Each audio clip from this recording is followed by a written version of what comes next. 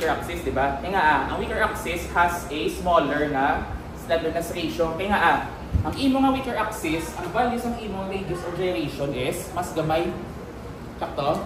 So mas gamay ni may tumangnubo ang imo nga slenderness ratio, imo nga radius of gyration, ma-increase ang imo nga slenderness ratio.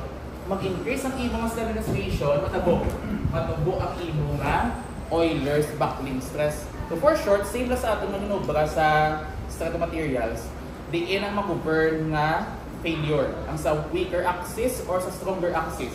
Siyempre, kung sa dito nga axis na may smaller amount of critical buckling stress, which is always about the axis na may ara sa smaller na slenderness ratio. Hindi siya always sa weaker axis. Remember that di ba ang bata sa ruler, makita siya maka-apply compression load, okay, mauna sa bend sa weaker axis.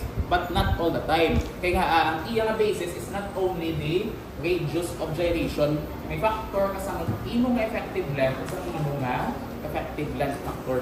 Okay, ano ng mga example class? For example, kung may column na din, white flange,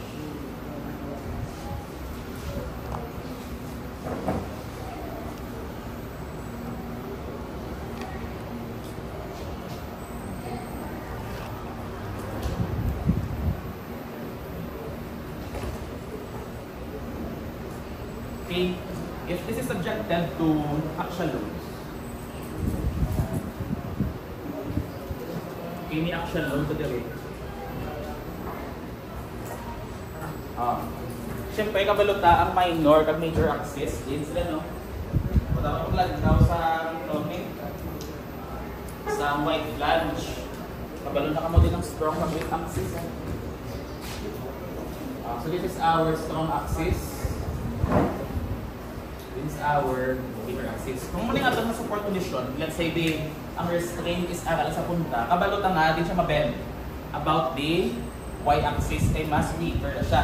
O what if may exist na beam dito?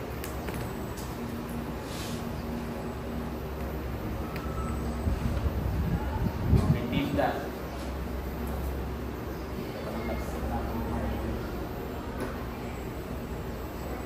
Tapos may beam sa piyak. Anong purpose ng beam class? Siya ang serve as lateral bracing. Itaon na siya. O pag-apply mo sa load, ano matabo? Do you think mabakot sa weaker axis? Pwede. Pwede man hindi. Pwede man siya magbakot. So, paano mabalaan? Diin siya mauna bakot. So, hindi mo siya makita immediately sa figure lang. Ang ginambal niya nga bending of the member about the axis with larger na slenderness ratio. So, that is not always about the weaker axis, but rather, you need to check the slenderness ratio sa weaker axis mo. Kaya nga, ang imo nga weaker axis subong, pila ng iyang effective length? Ang muna ng length ng imo nga weaker axis kay may ara na sa imo nga lateral support. So, ang muna ng iyang effective length or ang iyang iyang unbraced length. But for your stronger axis, kung dili siya mag-bend, wala mo makubong sa iya. So meaning, pwede siya mag-bend ang strong axis about this direction. Si weaker axis, pwede siya mag-bend nga, muli, makapit sa support, tapos okay? So mas laba ang stronger axis leading to the possibility na pwede mas dako ang stronger axis nga slenderness ratio tungkol sa effects ng L. Okay? So always remember that, depende na always sa 3 factors ang aton nga column. Ang imong effective length factor, imong unbraced length, ang imong nga radius of gyration. Sa diin kas ga-affect ang radius of gyration sa section property. So tandaan niyo lang kita perme nga sa weaker axis, always smaller ang radius of gyration, stronger axis, mas dako ang radius of gyration natin. Okay? So, for all compression members, may new terminology na tayo. Okay? So, yung siya ng class natin ng state are applicable to all compression members. So, may new term na which is doubly symmetric, singly symmetric, and unsymmetrical. Okay. Let's review ang ating mga commons and shapes. Now, we will have our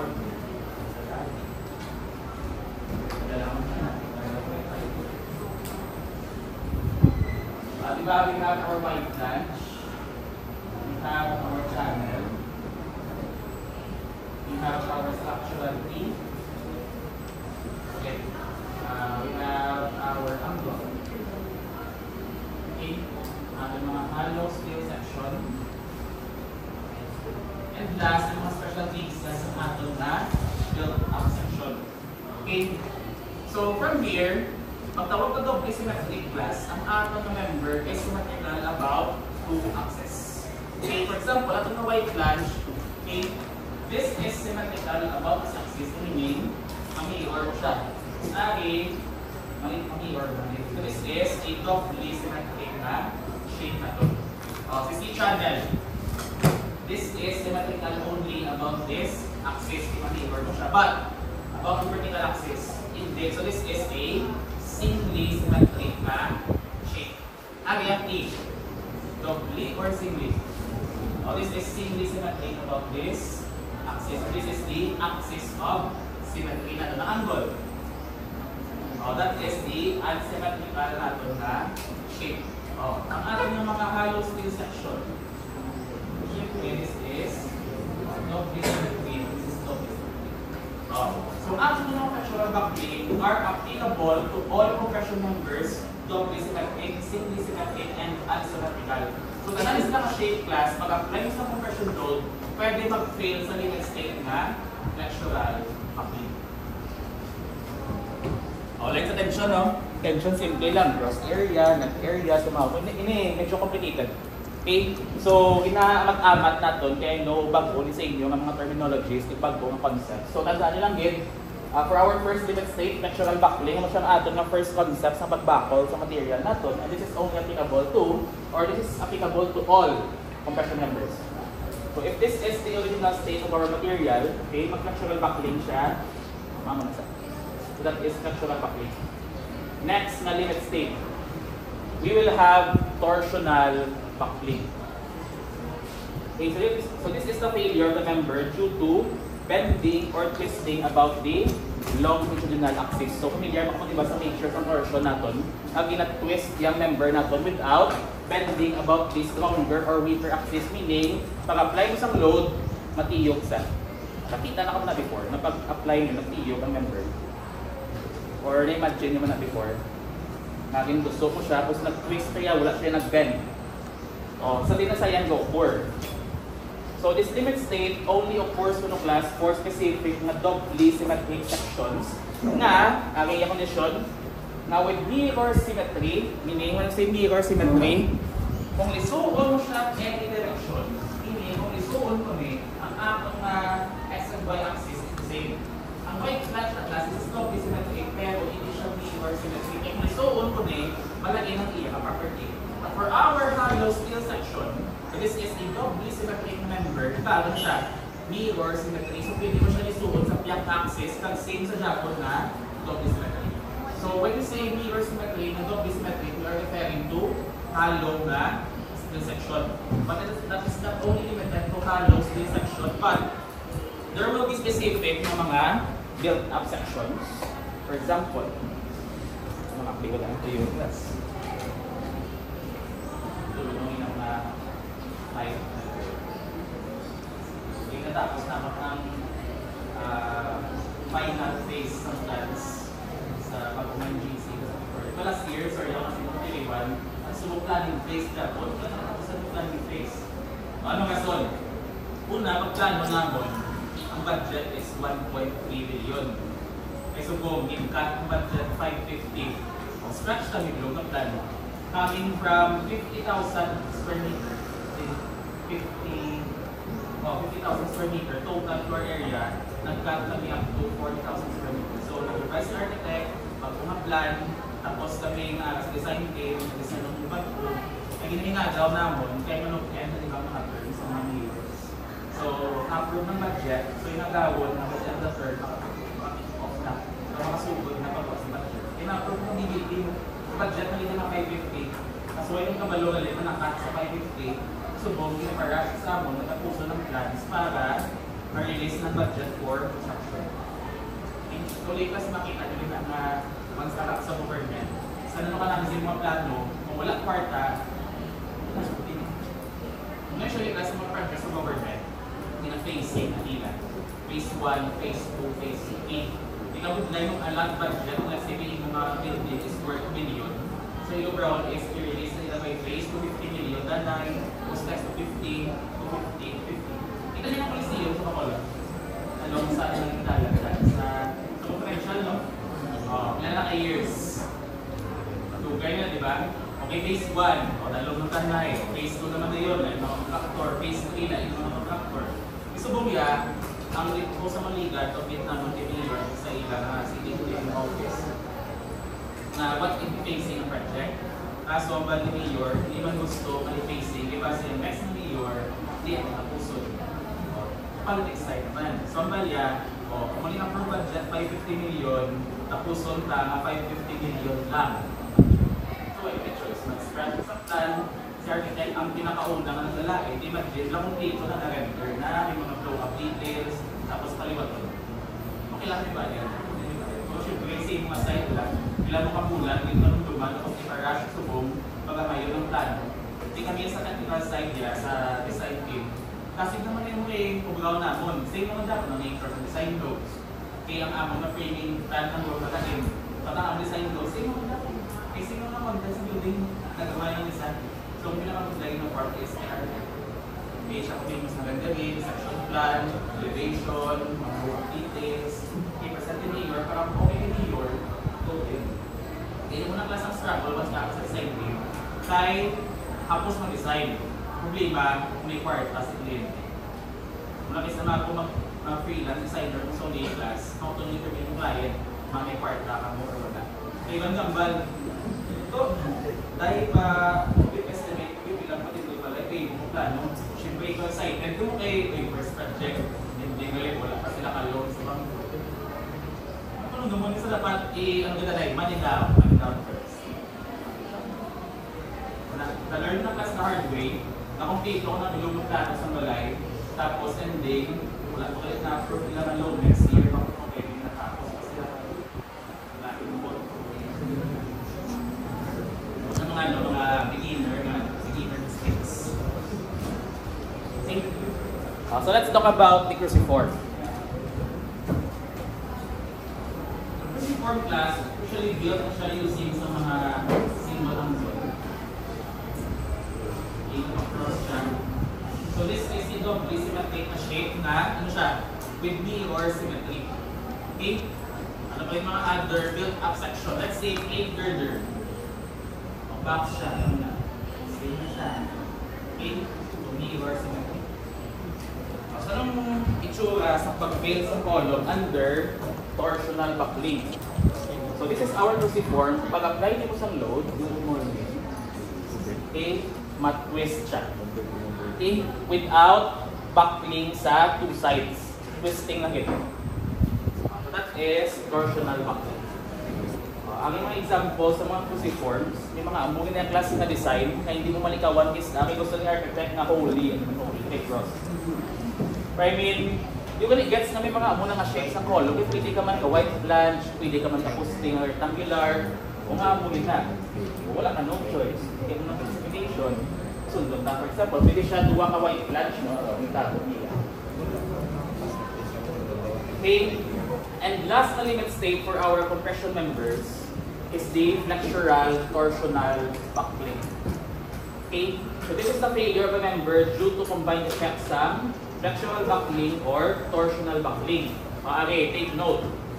Initial limit state only occurs for unsymmetrical and single symmetric or singly symmetric. For example, ang natin na member, okay? So, ang aton na column will twist like this. Okay, ma-bend siya about one side and ma-twist siya. So, combination sa flexural and torsional buckling natin. Okay? So, that is the global buckling. When you say global buckling, bilog mo nga member, gina-consider mo siya paano siya mag-buckle. Okay, because we'll also consider local buckling. Eh, ano may isang local buckling? Amo na yung isa sa mga disadvantages ng steel class kay ang imo nga member, ang imo ginanticipate is hindi lang mag-bend ang whole member. May possibility nga ang mga local members nimo or local elements sila ang mabakol mismo. So for local buckling, so this is a different phenomenon compared to the buckling mentioned earlier, meaning that global buckling, we're referring to the whole member. Magkaba local buckling, specific elements sa imong cross-section, mabakol siya due to certain instances.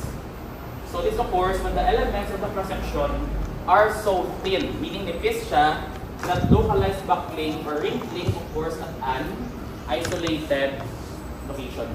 Okay? And we will check the local stability of our member.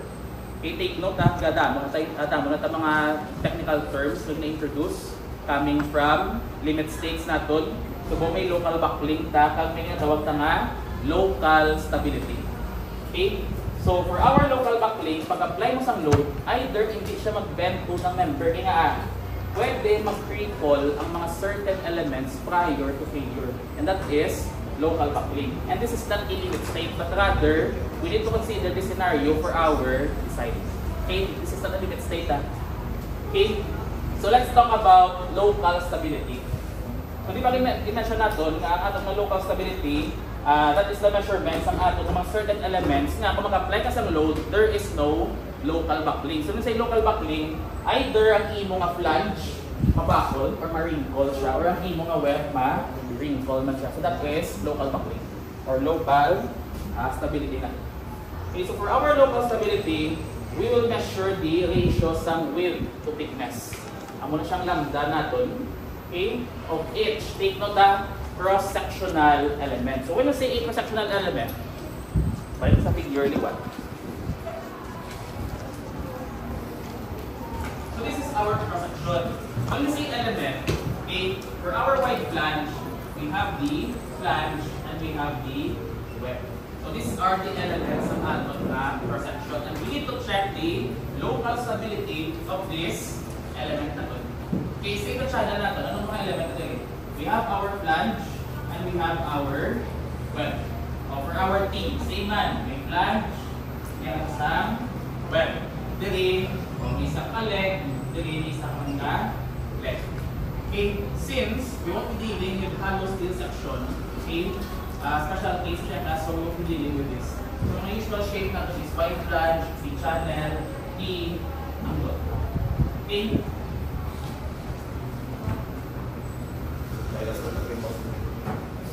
So types of cross-sectional elements. So first is, hindi siya yung web or ang atong na flange. But rather, ang stiffened na elements. Okay, what do we mean by stiffened elements and unstiffened elements? Okay, ang stiffened elements are the elements of the section that are supported along both edges that are parallel to the load. Okay, ang unstiffened naman is, these are the elements of the section that are supported along at one edge that is or that are parallel to the load natin. Ano na sila? For example, sa wide flange. Diba, this would be the application sa load natin. Ako may compression siya. So we have two elements, web ng aton na flange. Okay, let's talk about the web natin. So ang web natin are being supported by these two flanges na ito. So, along the application sa load natin, ariyang iya nga two ends ng web. And then siya support along both edges. Meaning, ang aton nga web, ano na siya? This is a stiffened na element. Kadua, ang elements ng flange. Ang flange na are being supported only by one end sa aton na web. Okay, but since that is only supported at this one side, meaning this is, ano siya? This is an unstiffened element sa ating cross-section. C channel, ang web stiffened or unstiffened? This is a stiffened element. Ang atong na flange is unstiffened. Basta T, ang flange, unstiffened. Ang web, unstiffened man. Siyempre sa angle, both are unstiffened elements. Okay, understood? Tapos ano? May local stability, subong may stiffened na takag, unstiffened elements. Pilkulas na ng mga new terms. Okay, so for our unstiffened elements, you can check that sa section 502.4. I-open di 502.4. Makitaan ta.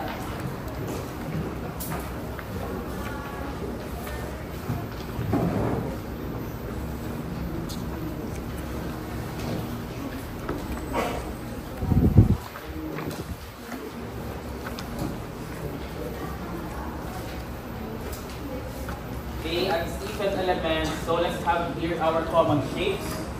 Okay, white flange, C-channel, angle, and B-section. Okay, dito na na. So before we proceed with your code, so for our white flange, di ba ang flange na is considered as the unstephen element. So di ba ang bata, ang aton nga ratio for local stability, we will use the lambda. Kaya ang lambda natin is the ratio sa ano some width of that element all over the thickness niya. Okay, so for our white flange, ang atong non-stephen element is ang atong na flange. So we will consider the width nga half sang atong na flange width and the thickness ng flange natin. Okay, for our channel, okay, this is the unstephen element. So width natin is ang full na flange width ang atong na thickness sang flange. O for angle, for any leg, okay, we will use the full width niya, okay, divided by the thickness ng ina nga leg.